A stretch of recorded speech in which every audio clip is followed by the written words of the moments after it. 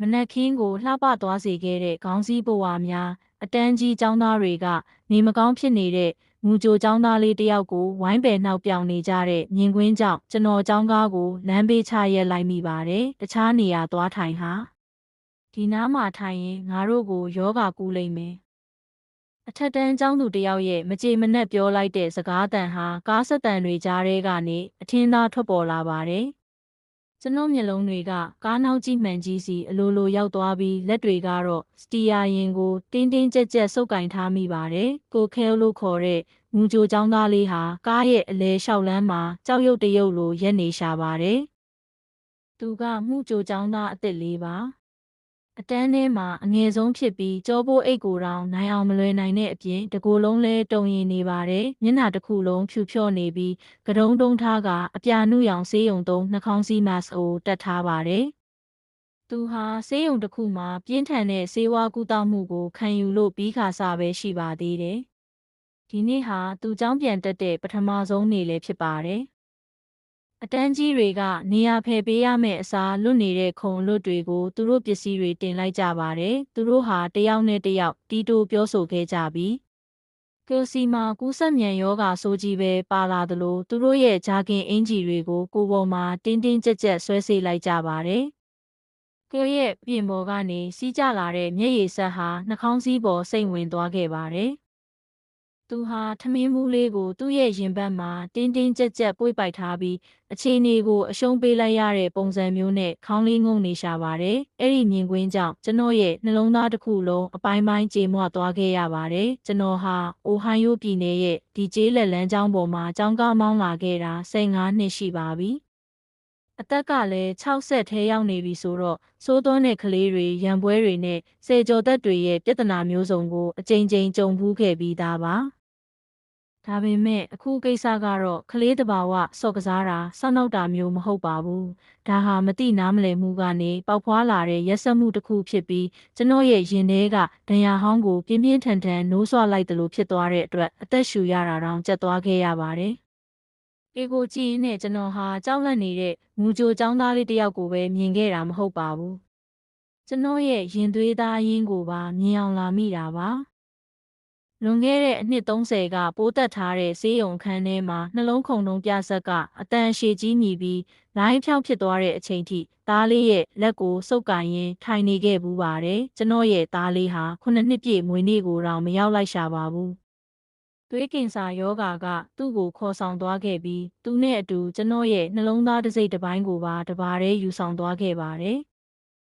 ကဲရဲ့ကတုံးတုံးထားတဲ့ခေါင်းနဲ့ဖြူဖြော့နေတဲ့အရေပြားကဘာကိုဆိုလိုတယ်ဆိုတာကျွန်တော်ကောင်းကောင်းကြီးသိတာပေါ့သူ့ရဲ့မိဘတွေဘလောက်တောင်ရင်ကွဲမတက်စိတ်ဆင်းရဲနေမလဲဆိုတာကိုလည်းကျွန်တော်ကိုချင်းစာနိုင်ပါတယ်ပြီးတော့ဒီကောင်လေးဟာတခြားသူတွေလိုပဲတာမန်အတိုင်းနေချင်းရှာမှာပဲဆိုတာကိုလည်းကျွန်တော်ကောင်းကောင်းကြီးနားလည်ပါတယ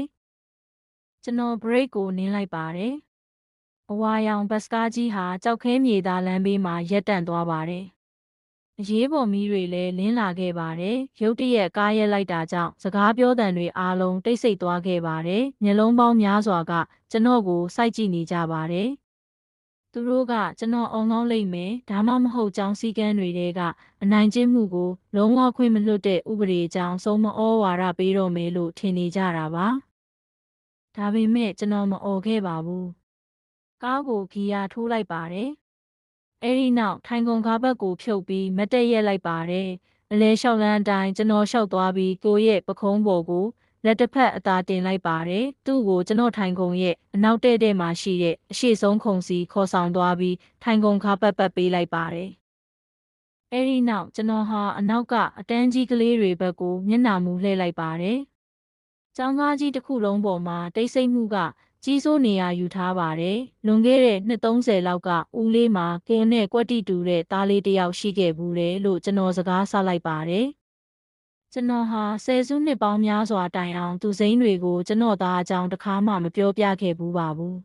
။သူ့မှာလည်းအခုလိုဖြူဖြောတဲ့အသားရည်နဲ့ယောဂါရှိခဲ့တာပဲ။သူ့ရဲ့သပင်တွေအားလုံးလည်းကျွတ်ခဲ့ရတယ်။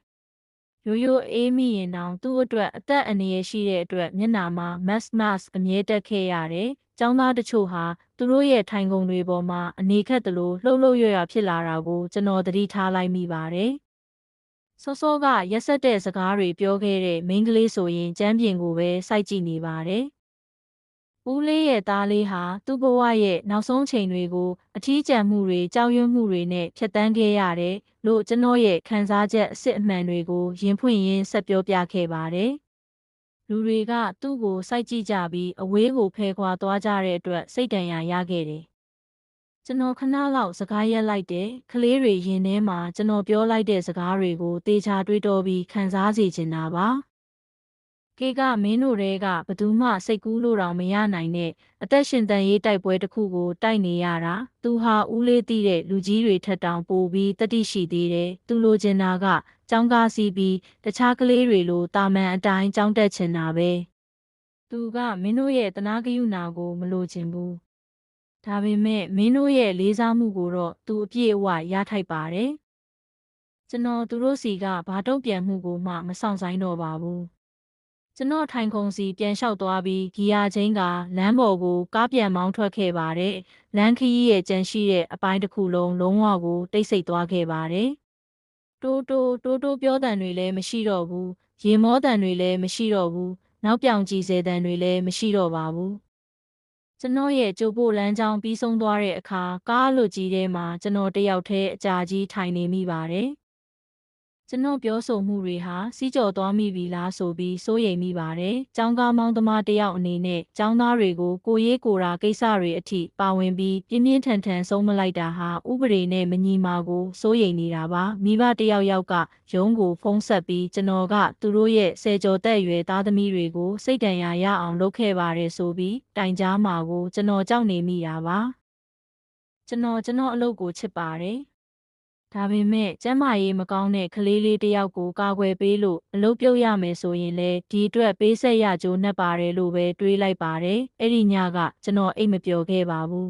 ။ကေလန့်နေရာမှာကျွန်တော်သားလေးရဲ့မျက်နှာကိုပဲပြန်မြင်နေမိလို့ပါ။နောက်တနေ့မနက်ခင်းဟာအယိုးကွဲမတက်အေးစိမ့်လှပါတယ်။ကျွန်တော်ကားရဲ့အင်ဂျင်ကိုနှိုးပြီးကျိုးပိုလမ်းကြောင်းကိုစတင်မောင်းနေတဲ့အချိန်မှာလေကွင်းပြင်တွေပေါ်မှာစီးနှင်းတွေဖုံးလွှမ်းနေခဲ့ပါတယ်။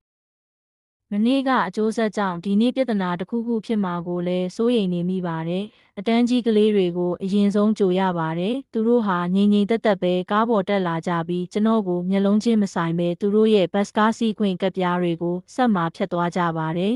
။သူတို့တွေအခုထိစိတ်ဆိုးနေတော့ဒါမှမဟုတ်ရှက်နေတော့မဲလားလို့ကျွန်တော်တွေးလိုက်မိပါတယ်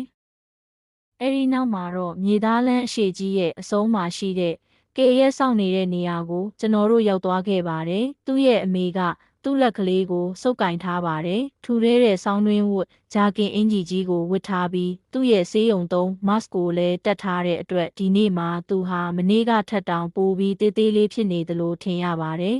။သူဟာဘတ်စကားရဲ့အောက်ဆုံးလေကားထစ်နေရာမှာအနှဲငယ်တုံဆိုင်နေခဲ့ပြီးအလွန်မင်းစိုးရိမ်ပူပန်နေတဲ့အကြည့်တွေနဲ့ကျွန်တော်ကိုမောကြည့်ပါတယ်။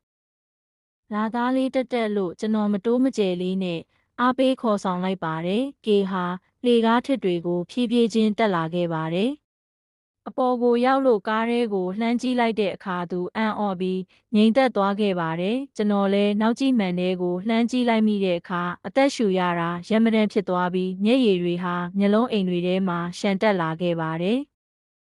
ဘတ်စကားဘော်ကစီနီယာကျောင်းသားကြီးတွေအကုန်လုံးဘောလုံးသမားတွေအကအဖွဲ့ဝင်တွေအေးအေးဆေးဆေးနေတဲ့ကလေးတွေမနေ့ကသူ့ကိုနှိမ်ချပြောဆိုခဲ့တဲ့မိန်းကလေးအပါအဝင်အားလုံးဟာတိတ်ဆိတ်ထိုင်နေကြပါတယ်ပြီးတော့သူတို့အားလုံးရဲ့ခေါင်းပေါ်မှာတောက်ပတဲ့အယောင်အသွေးစုံခေါင်းစည်းပဝါတွေစီးထားတာကိုတွေ့လိုက်ရပါတယ်ကေမာသပင်မရှိတာကြောင့်သူနဲ့ထပ်တူခံစားပေးတဲ့အနေနဲ့ကျောင်းသားအားလုံးကခေါင်းမှာပိုဝါတွေစီးလိုက်ကြတာဖြစ်ပါတယ်သူတို့ဟာညာရင်းချင်းပဲအချင်းချင်းအခြေအဆက်လုပ်ခဲ့ကြတာပါ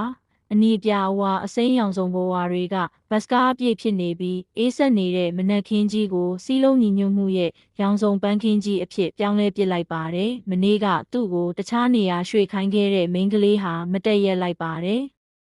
သူမရဲ့လက်ထဲမှာစူပါဟီးရိုးပုံစံပါတဲ့အသစ်ဆက်ခေါင်းစည်းလေးတစ်ထည်ကိုကင်ထားရင်းကားရှေ့ဘက်ကိုရှောက်လာခဲ့ပါတယ်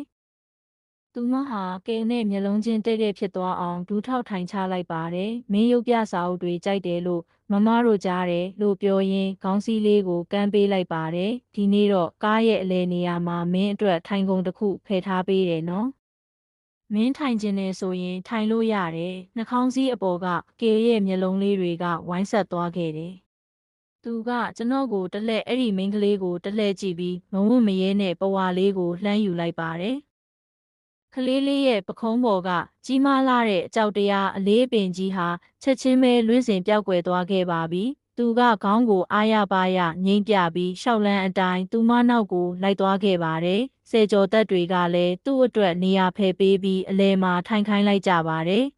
။ကျွန်တော်အကြည့်ကိုကားရှေ့ကိုပြန်လှည့်လိုက်ပြီးပါးပြင်ပေါ်စီးကျနေတဲ့မျက်ရည်တွေကိုတုပ်လိုက်ပါတယ်။ကျွန်တော်မူရာကိုမရက်နိုင်ခဲ့ပါဘူးဘသူမြင်ကျွန်တော်ဂယုမစိုက်တော့ပါဘူးကားကိုစတင်မောင်းထွက်လိုက်တဲ့အချိန်မှာပဲအတိုင်းမသိငြိမ်းချမ်းမှုကိုခံစားလိုက်ရပါတယ်လွန်ခဲ့တဲ့အနှစ်30ကသားလေးကိုဆုံးရှုံးလိုက်ရကြတဲ့ကဘဝမှာနာကျင်မှုတွေပဲကြံခဲ့တယ်လို့ထင်နေခဲ့တာဒါပေမဲ့ဒီဆယ်ကျော်သက်ကလေးတွေကကေကိုမမျှော်လင့်ပဲနှွေးထွေးတဲ့မြစ်တာတွေနဲ့ဝိုင်းရံပေးနေတာကိုကြည့်ရင်လှပတဲ့အမှန်တရားတစ်ခုကိုသဘောပေါက်လိုက်ရပါတယ်ကျွန်တော်သားလေးကြောင့်ရခဲ့တဲ့နာကျင်မှုဟာအတိတ်ပဲမဖြစ်ခဲ့ပါဘူးသူ့ရဲ့အတိတ်ကအကြောင်းအရာဟာဒီလူငယ်လေး40ကိုချင်းစာတရားရဲ့အတိတ်ပဲကိုသင်ကြားပေးသွားခဲ့တာပဲဖြစ်ပါတယ်ကျွန်တော်တို့ကျေးလက်လန်းအတိုင်းဆက်မောင်းလာခဲ့ကြပြီးဘတ်စကားထဲမှာတော့ကလေးတွေရဲ့စကားပြောတန်လေးတွေနဲ့စီကားလို့နေပါတယ်။ကေဟာအထီးကျန်နေတဲ့လူမမာကလေးမဟုတ်တော့ပါဘူး။သူဟာအဖွဲ့ဝင်တွေထဲကတယောက်ဖြစ်သွားခဲ့ပါပြီ။အဲ့ဒီမနက်ခင်းဟာဒီကဘာပေါ်ကအရေးကြီးဆုံးသင်ခန်းစာတစ်ခုကိုကျွန်တော်ပြန်မှတ်ရစေခဲ့ပါတယ်။တခါတရံမှာတစုံတစ်ခုကိုပြောင်းလဲပစ်ဖို့အတွက်အမှန်တရားကိုရဲရဲဝံ့ဝံ့ပြောရဲတဲ့လူတစ်ယောက်နဲ့နားထောင်ဖို့အစဉ်သင့်ရှိတဲ့ပတ်ဝန်းကျင်တစ်ခုပဲလိုအပ်တာပါ။ဆဲရိုခင်ဇောဘာသာပြန်